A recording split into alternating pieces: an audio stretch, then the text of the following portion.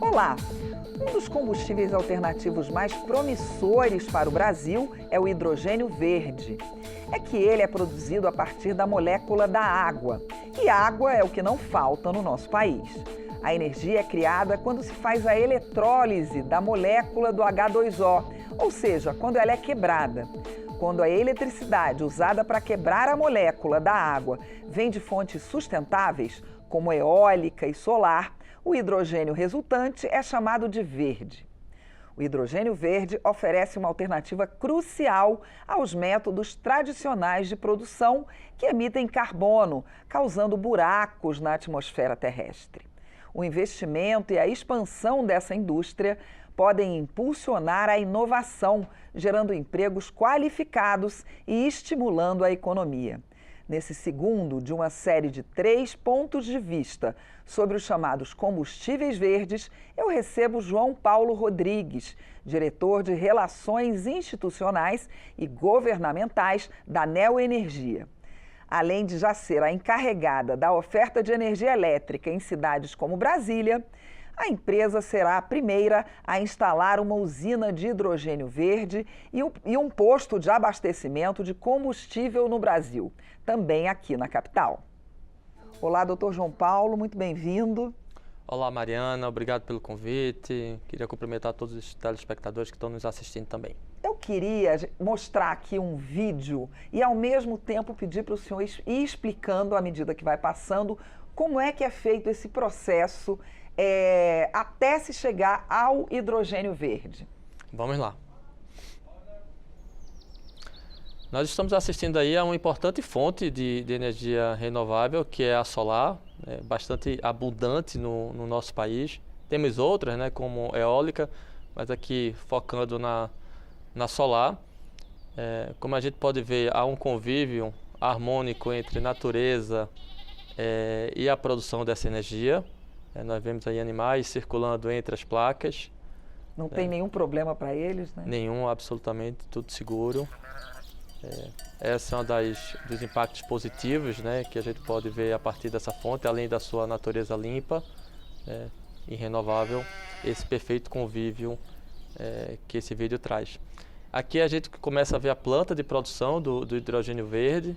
É aí que acontece a eletrólise? Essa é a conhecida eletrólise, onde se separa o hidrogênio do oxigênio através de uma corrente elétrica na água, e esse hidrogênio ele é considerado verde, recebe essa expressão justamente porque ele é produzido a partir de uma fonte como a que nós acabamos de ver, renovável, 100% renovável, e esse hidrogênio pode ser usado de diversas formas em indústrias, para substituir.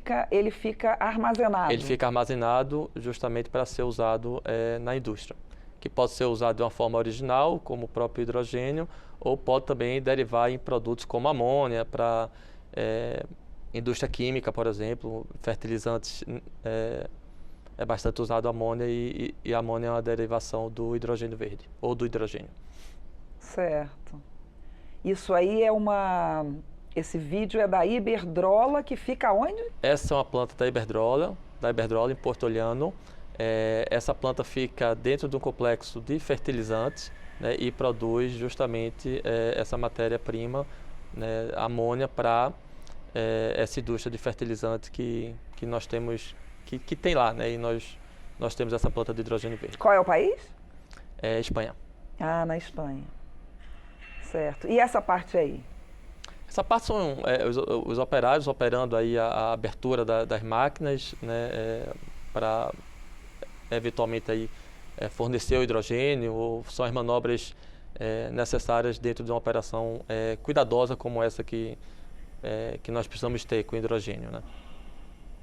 Certo. E eu acho que a gente vai chegar ainda... Não, é isso, né? O principal é isso, né, doutor João Paulo? Nós basicamente vimos de onde vem a energia, por que esse hidrogênio é considerado verde, que é aquela matriz, usina solar, e aqui a produção do próprio hidrogênio para alimentar ou contribuir com a redução de emissão de gases de uma indústria. No caso, essa planta em Porto Olhano é uma indústria de fertilizantes. Tá ótimo. Eu queria saber do senhor qual é o potencial que o Brasil tem em relação ao hidrogênio verde. São necessários muitos investimentos ainda? Ariana, nós estamos falando de um novo segmento. É preciso observar o prazo de maturidade, a curva de aprendizado desse segmento, com redução de custos, entre outros amadurecimentos que todo segmento naturalmente vive. Mas o hidrogênio verde ele é mais um vetor energético, né, que contribui justamente com a redução da utilização de combustíveis fósseis. E o Brasil tem um potencial enorme nesse sentido, porque o hidrogênio ele é verde, como nós acabamos de ver no vídeo, quando ele é produzido a partir de fontes verdes, né, como hidrelétrica, solar, eólica, e o Brasil é abundante nisso. O Brasil andou muito bem nos últimos anos. O Brasil hoje pode comemorar uma matriz elétrica na ordem de 90% renovável.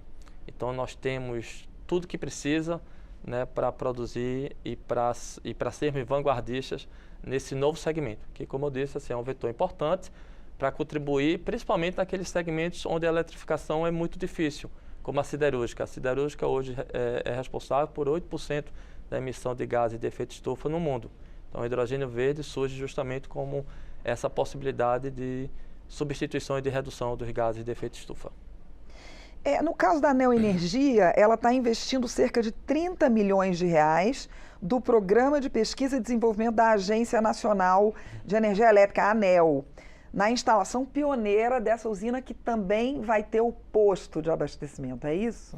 É isso. A Neoenergia acredita fortemente nesse novo segmento. A gente investe predominantemente em fontes renováveis, né? Nós temos, assim como o Brasil, aproximadamente uma matriz, se a gente considerasse a matriz do grupo, de 90% renovável. E a gente está investindo, né? Começam as obras agora em janeiro do próximo ano, numa planta pioneira voltada para a mobilidade, né? Uma planta que deve estar sendo concluída até o final do primeiro semestre, um investimento de 30 milhões. Evidentemente, nós temos outros projetos sendo estudados, né, mas essa seria a nossa coroa, né, inicial e que nasce aqui na capital do nosso país como um projeto pioneiro e que certamente vai acrescentar muito para essa indústria que está só começando. E os carros, como é que é a adaptação da indústria automobilística a esse novo tipo de combustível que, na verdade, já estaria pronto no meio do ano que vem, então? Já estaria sendo oferecido? É um projeto pioneiro, é um projeto de pesquisa e desenvolvimento, então a escala dele é uma escala para teste, né? A gente deve receber veículos leves, um ônibus e uma empilhadeira, então veículos pesados, veículos leves e veículos de trabalho, justamente para a gente testar o melhor uso, a melhor equação para esses veículos. E em breve a gente deve ter aí pelo menos alguns desses veículos circulando na nossa capital, com ônibus, né, representando essa inovação, esse primeiro passo. E nós estamos bastante esperançosos do que vem por aí. Então, esses veículos vocês mesmos já estão, digamos, desenvolvendo, são veículos específicos para se adaptarem a essa planta. Nós temos parcerias, né, com fabricantes, com montadoras de veículos. É importante ressaltar também uma parceria que nós firmamos com o governo do Distrito Federal, no sentido justamente, olha, para onde a gente vai destinar esses veículos? Qual é a melhor forma disso ser um ganho para toda a capital? Essa planta ela vai ser instalada dentro de uma unidade de operação que a gente tem em Taguatinga e vai ser alimentada, como nós vimos até no vídeo, a partir de uma usina fotovoltaica, né, solar, de 150 kW pico. Então ela é 100% renovável e vamos testar, vamos completar esse projeto e iniciar esses testes e ver qual é as melhores equações, as soluções que podem agregar mais valor. Eu vou pedir para a nossa diretora colocar aqui a maquete dessa planta que vai ser desenvolvida a partir do começo do ano. Já temos aí a maquete. essa parte é a parte em que o hidrogênio já está pronto? A gente vê um pouco mais em cima ali o hidrogênio já no seu processo de produção, né, com a eletrólise da água, separação do hidrogênio do oxigênio, ali alguns tanques de armazenamento, e aqui mais embaixo, onde a gente vê o veículo, os pontos de carga e de abastecimento desses veículos. Então quer dizer, é uma coisa menor do que aquela que a gente viu da Espanha. Sem dúvida, é um projeto piloto, né, da ordem de 30 milhões de reais, então realmente a gente tem que olhar para esse projeto em perspectiva. Tá, e como é que vai ser dali para frente? Vocês pensam em quanto tempo ter uma planta dessas que realmente possa, em que eu possa comprar um carro e eu possa ir lá abastecer? Olha, é importante a gente pensar em hidrogênio de uma forma ampla, né? Iniciando pela substituição do hidrogênio que usa combustíveis fósseis, né? E aí há uma grande oportunidade, como a indústria química, como a siderúrgica. Que são os hidrogênios de outras cores, né? Fala-se hidrogênio cinza, né? Hidrogênio azul. Esse agora, né, a partir de fonte 100% renovável, é o hidrogênio verde, que não emite nenhum gás na sua produção e na sua utilização. A mobilidade é mais um passo nesse sentido, né? O Brasil ele pode comemorar, já ter uma matriz elétrica, a gente vem assistindo cada vez mais carros elétricos, né, substituindo a antiga frota, então esse é mais um passo.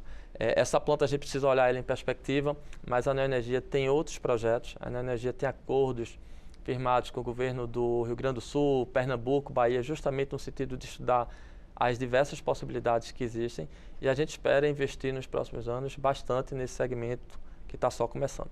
Até porque o hidrogênio verde tem várias aplicações, né, doutor João Paulo? Em indústria, em outras coisas que não são apenas a mobilidade. Sem dúvida. A primeira aplicação que nós vislumbramos para o hidrogênio verde é a substituição daquele hidrogênio que não é verde, que chama-se azul e cinza, né? Então, naquela indústria química, siderúrgica, onde já se usa hidrogênio, nós podemos fazer essa substituição. Um outro exemplo que nós temos é a indústria de fertilizantes, que usa uma derivação do hidrogênio, né, que é a amônia. Então, o hidrogênio também serve para produzir amônia. E uma terceira vertente é justamente essa de produzir eletricidade, produzir mobilidade, viabilizar a mobilidade. Então, são diversas as vertentes. Fala-se muito também em exportação do hidrogênio verde, mas nós temos ainda uma grande oportunidade aqui do Brasil de tornar os nossos produtos cada vez mais sustentáveis, agregar valor a esses produtos. Imagine só um aço verde, né, um fertilizante verde. Então, isso é, antes de mais nada, uma oportunidade para o próprio país, que sai na frente, porque tem uma matriz elétrica predominantemente renovável que viabiliza a produção desse hidrogênio verde. Ou melhor, vale mais a pena esperar para agregar valor e exportar o produto mais industrializado do que exportar apenas o combustível. É isso que o senhor está dizendo? São possibilidades. A gente entende que essa é a primeira possibilidade, que está mais viva, mais presente, porque essas indústrias já estão formadas, né? Elas já demandam essa oportunidade, essa necessidade.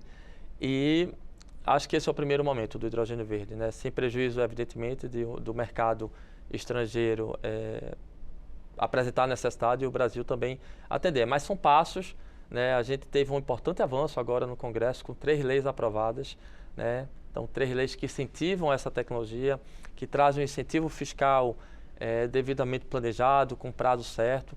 Então, acho que o Brasil está com a política pública que precisava e com a vontade dos empreendedores que precisava também, usufruindo de uma matriz elétrica renovável. Essa do combustível do futuro, que o presidente Lula, enfim, foi lá, mostrou tudo que estava acontecendo, como é que ela vai poder ajudar investimentos e outras vertentes dentro desse projeto do hidrogênio verde? Essa é a terceira lei de uma sequência de 3. Tivemos um marco legal do hidrogênio verde, depois uma lei adicional falando dos incentivos fiscais, e agora essa lei que traz metas, diretrizes para a aviação, para a mobilidade, né, traz diretrizes para políticas públicas. Então, eu acho que o Congresso ele fecha esse ciclo para que isso que a gente está vendo numa planta, que é uma planta teste, possa ganhar escala com a devida segurança jurídica e com o devido incentivo e segurança. Vão ser 18 bilhões e 300 milhões de reais no período de 2028 a 2032, que vão vir de créditos fiscais da contribuição social sobre lucro líquido, né, a CSLL. É um belo investimento, né, doutor João Paulo? É um incentivo importante, tem uma duração já previamente fixada de 5 anos,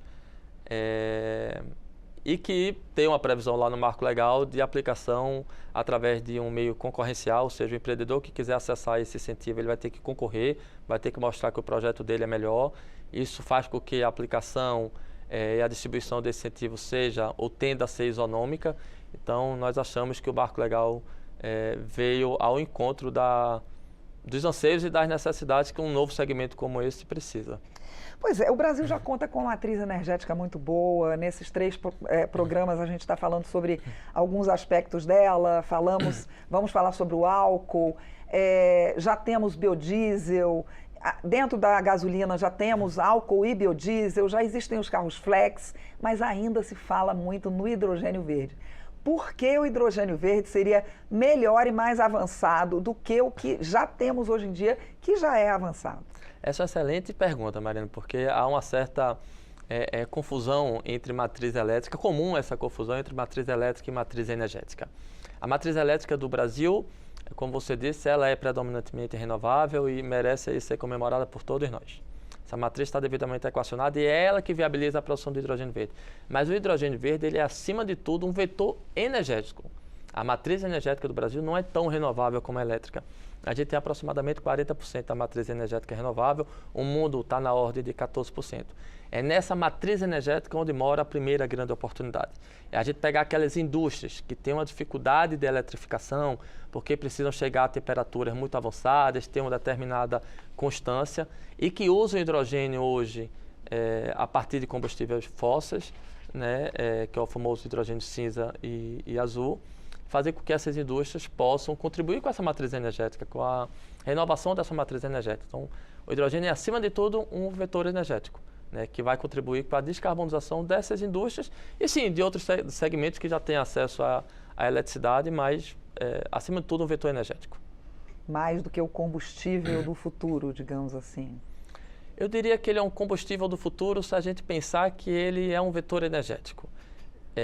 Ele não é a eletricidade do futuro, porque nós temos uma boa situação nacional, mas nada impede que ele venha também para a matriz elétrica em algum momento. Mas eu diria que um país que tem uma matriz elétrica renovável, um país que é 100%, que o sistema é 100% interligado, um país que tem 99,8% da sua população atendida por energia elétrica, o primeiro passo do hidrogênio verde é trabalhar em indústrias de difícil eletrificação. Aquelas indústrias de fácil eletrificação, a gente já está percorrendo esse caminho. E quais são essas indústrias? Siderúrgica é um exemplo, química é outro exemplo, fertilizantes nitrogenados, né, como a ureia, é um outro exemplo. Então são fertilizantes mais ecológicos? São mais ecológicos, porque sendo a partir de hidrogênio verde, eu diria que são renováveis e ecológicos, sim. Eu gostaria de perguntar se o hidrogênio verde passará a ser uma energia do presente em quanto tempo? É a energia do futuro? Passará a ser a energia do presente em quanto tempo, o senhor acha? Difícil estimar, porque a gente precisa, depende de mercado, depende da aplicação efetiva dessas políticas públicas que acabaram de ser, desses marcos legais que acabaram de ser aprovados, mas determinadas aplicações, Mariana, são imediatas. A gente viu uma planta aqui, teste, a gente tem outros projetos em andamento, a gente tem uma consulta estratégica, uma chamada estratégica apresentada pela ANEEL para que as empresas possam apresentar projetos. Foram apresentados 19 projetos, dos quais 5 são nossos. Então, é para já. O tamanho que esse segmento vai ter e a curva do seu amadurecimento é difícil dizer, mas eu diria que a aplicação ela é para já. Tá certo. Aí aonde entraria a chamada ESG, que a sigla em inglês é Environmental, Social and Governance, governança social e ambiental. No que o hidrogênio verde facilitaria, ou o que essa sigla facilitaria no desenvolvimento do hidrogênio verde? Eu arriscaria dizer, Mariana, que talvez seja um dos maiores desafios do século XXI a nossa transição energética, né? Assunto que vem sendo discutido aí pelo mundo inteiro, por privados, pelo setor público. E o hidrogênio verde é um vetor importante para acelerar essa transformação, essa transição. Quando a gente pensa em transição energética, a gente tem que pensar em fontes renováveis, nós temos. Eficiência energética, ou seja, redução, uso racional da energia, nós temos e fazemos. E tecnologia. O hidrogênio verde é um pouco dessas três coisas. E quando a gente fala dessa sigla, né, ESG, a gente está falando de um movimento integrado. Né, um movimento que não dispensa a outros. Né, você pode atuar em paralelo. Então, o hidrogênio verde ele não está para substituir, eventualmente, uma fonte já renovável, mas ele está para contribuir com essa transição energética, com a tecnologia nova, né, com consumo mais racional e, acima de tudo, renovável. Então, ele vai ao encontro dessa sigla. Como é que o senhor acha que o governo brasileiro, os governos, principalmente o governo federal, está lidando com as variáveis dessa sigla? Nós temos visto cada vez mais uma preocupação genuína, né, que não é longe de ser romântica, ela é uma preocupação genuína, né, porque você trabalhar essa sigla, você trabalhar essas colunas, esses pilares, não é uma questão só de querer fazer o bem. É querer fazer o bem e querer tornar o seu ambiente, e é um ambiente empresarial que eu estou falando, é um ambiente público, estatal que eu estou falando, cada vez mais sustentável. Nós tomamos essa convicção já há algum tempo, que se a gente não cuidar do nosso entorno, não basta olhar para nossas redes, para as nossas produções de energia no modo só de engenharia, olhando só para dentro. A gente precisa cuidar do nosso entorno. É isso que torna as companhias e os estados cada vez mais sustentáveis. Então, está no nosso DNA. Nós temos internamente metas de toda sorte, de gênero, de raça, de descarbonização. E isso está na nossa estratégia, né? Na decisão, na tomada de decisão do que a gente vai investir, do que a gente vai fazer, a exemplo dessa planta aqui no Distrito Federal. E a gente tem visto isso em todos os cantos. A nossa integração com as secretarias estaduais do meio ambiente, a nossa integração com os ministérios que tratam do assunto é muito grande, e a gente vê cada vez mais, mesmo aquelas pastas que não cuidam do assunto de forma pioneira, também integrando essa sigla, né, essa política nas suas decisões, nos seus direcionamentos. Então, eu acho que é um caminho sem volta e que só está trazendo coisas boas e valor agregado para a sociedade em geral. O senhor já falou de várias vantagens do hidrogênio verde.